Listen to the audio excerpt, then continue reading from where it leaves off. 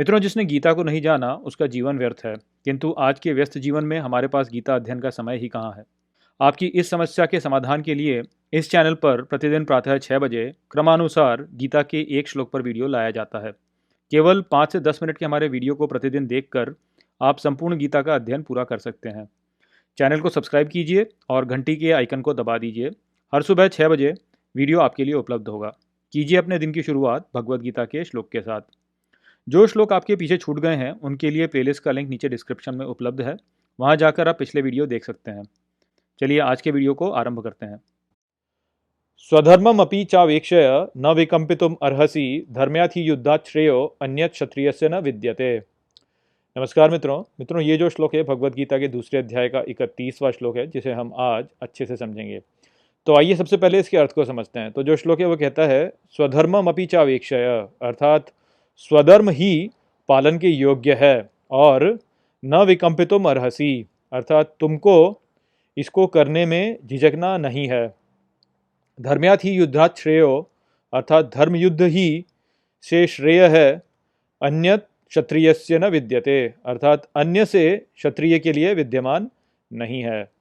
तो अब तक श्री कृष्ण जो है वो अर्जुन को आत्मा, जीवात्मा और शरीर के अंतर को समझा रहे थे, और इसको समझाने के पश्चात अब श्री कृष्ण जो है वो अर्जुन को उनके कर्तव्यों के बारे में समझाना आरंभ कर रहे हैं। तो श्री कृष्ण यहाँ पर अर्जुन से कहते हैं कि जो स्वधर्म है तुम्हारा वही तुम्हारे लिए योग्य है, उसको ही तुम्हें करना चाहिए और इसको करने में तुम्हें झिझकना नहीं चाहिए। धर्म युद्ध ही वो कर्तव्य है या वो कर्म है जिससे तुम्हें श्रेय प्राप्त होगा, और क्योंकि तुम क्षत्रिय हो तो किसी और कार्य से तुम्हें श्रेय प्राप्त नहीं होने वाला है। तो यहाँ पर श्री कृष्ण जो है वो स्वधर्म का जो विचार है उसको सामने लेकर आ रहे हैं। तो आगे बढ़ने से पहले हमें ये जो स्वधर्म का विचार है इसे अच्छे से समझ लेना चाहिए। इसको यदि हम समझेंगे तभी हम आगे की शिक्षाओं को अच्छे से समझ सकेंगे। तो अब तक श्री कृष्ण जो हैं उन्होंने अर्जुन को बोला कि आत्मा है और वो वास्तव में सागर है जिसमें लहरें उठती हैं, वो जीवात्मा है। तो आत्मा वास्तव में है और उसमें ही जो है जीवात्मा एक लहर के रूप में उत्पन्न हो रही है। अब इसको आप किसी भी रूप में समझ सकते हैं। आप समझ सकते हैं कि जीवात्मा वास्तव में है या नहीं है, वो एक अलग बात हो गई। किंतु ये जो चित्र है कि आत्मा एक सागर है जिसमें जीवात्मा उठ रही हैं, उसका ही उपयोग करके हम यहाँ पर स्वधर्म को समझ सकते हैं। तो जो सागर होता है उसमें जब लहरें उठती हैं तो सभी लहरें भिन्न भिन्न प्रकार से उठती हैं। हर लहर अपने अपने भिन्न रूप से उठती है अपने पर्यावरण के अनुसार। तो ठीक इसी प्रकार से जब जीवात्मा जन्म लेती है तो वो भी अपने पर्यावरण के अनुसार निकल के आती है और फिर उसका जीवन वो बिताती है जिसमें वो कर्म करती है और फिर वो बैठ जाती है।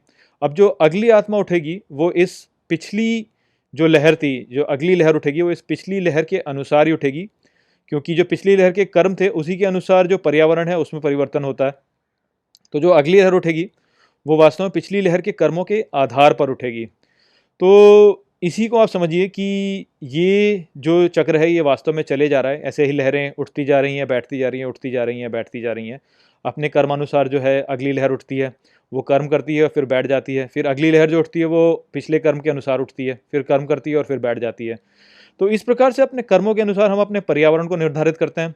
अपने पर्यावरण के अनुसार जो है फिर हमारा जो अगला परिस्थिति होती है वो निर्धारित होती है। तो इस प्रकार से ये जो चक्र है ये चलते रहता है, और हर जीव जो जन्म लेता है वो वास्तव में अपने पिछले कर्मों के अनुसार और अपने पर्यावरण के अनुसार जन्म लेता है। और उसको जो कर्म करना होता है वो वास्तव में ऐसा करना होता है जो कि आत्मा को ये बता सके कि वास्तव में वो क्या है। ये जो पूरा संसार है, ये जो प्रक्रिया चल रही है, ये वास्तव में आत्मा की एक प्रक्रिया है जहाँ पे कि आत्मा स्वयं को जानने का प्रयास कर रही है। इसी को हम कहते हैं एवोल्यूशन। इसी में ये भिन्न भिन्न जीवात्माएं जो हैं वो अपना अपना कर्म कर रही हैं, और इस आत्मा का जो पूरा ये प्रोसेस है स्वयं को जानने का, उसको आगे बढ़ा रही हैं। तो हर जीवात्मा जब वो इस संसार में आती है तो उसका जो कर्तव्य है वो वास्तव में यही है कि ये जो एवोल्यूशन की प्रक्रिया है जहाँ पर आत्मा स्वयं को जाने, इसको आगे बढ़ाना है।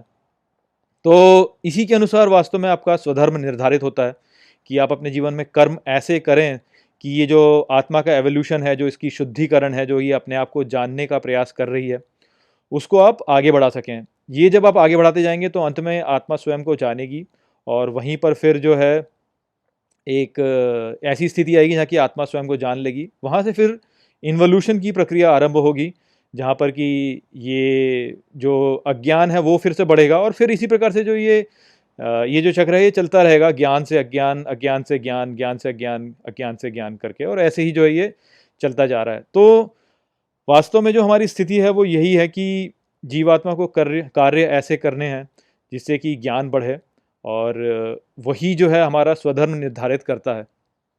तो अब यहाँ पर आप देखिए कि अर्जुन जो है वो वास्तव में योद्धा हैं, वो क्षत्रिय हैं और साथ में उनके पास में ज्ञान भी है ये समझने का कि क्या ठीक है और क्या नहीं। इसीलिए उनका नाम जो है वो कपिध्वज है, इसीलिए उनका नाम जो है वो गुड़ाकेश है, इसीलिए उनका नाम जो है वो परंतप है। तो वो जो हैं उनमें ये क्षमता होनी चाहिए कि जब उन्हें दिखे कि कुछ अधर्म हो रहा है तो वो उसका विरोध करें और उसके लिए युद्ध लड़ें। किंतु यहाँ पर अर्जुन वो करने में असमर्थ हो रहे हैं और अपने मोह में जो है अपने कर्तव्यों को भूल गए हैं। तो श्री कृष्ण यहाँ पर अर्जुन को उनके स्वधर्म को ही याद दिला रहे हैं कि क्योंकि तुम एक क्षत्रिय हो और क्योंकि तुम ज्ञानी हो, इसलिए तुम्हें धर्म युद्ध करना होगा। धर्म युद्ध करके ही तुम वास्तव में श्रेय प्राप्त करोगे। यदि तुम धर्म युद्ध नहीं करते हो और किसी और के स्वधर्म को यानी परधर्म को तुम पालन करने लगते हो तो तुम फिर पाप को प्राप्त करोगे। तो यहाँ पर जो अर्जुन बोल रहे हैं कि मैं भले ही भीख मांग के जीवन जीना पसंद करूँगा किंतु ये युद्ध नहीं करूँगा, तो वो एक रूप से देखा जाए तो जो सन्यासी है, जो सन्यासी का धर्म है उसका पालन कर रहे हैं, जो कि उन्हें नहीं करना चाहिए क्योंकि वो क्षत्रिय हैं। तो यही बात है जो कि अर्जुन को यहाँ पर श्री कृष्ण याद दिला रहे हैं। तो आशा करता हूँ कि इस श्लोक में मैंने आपको समझा दिया होगा कि स्वधर्म क्या है और किस प्रकार से अर्जुन को समझना चाहिए।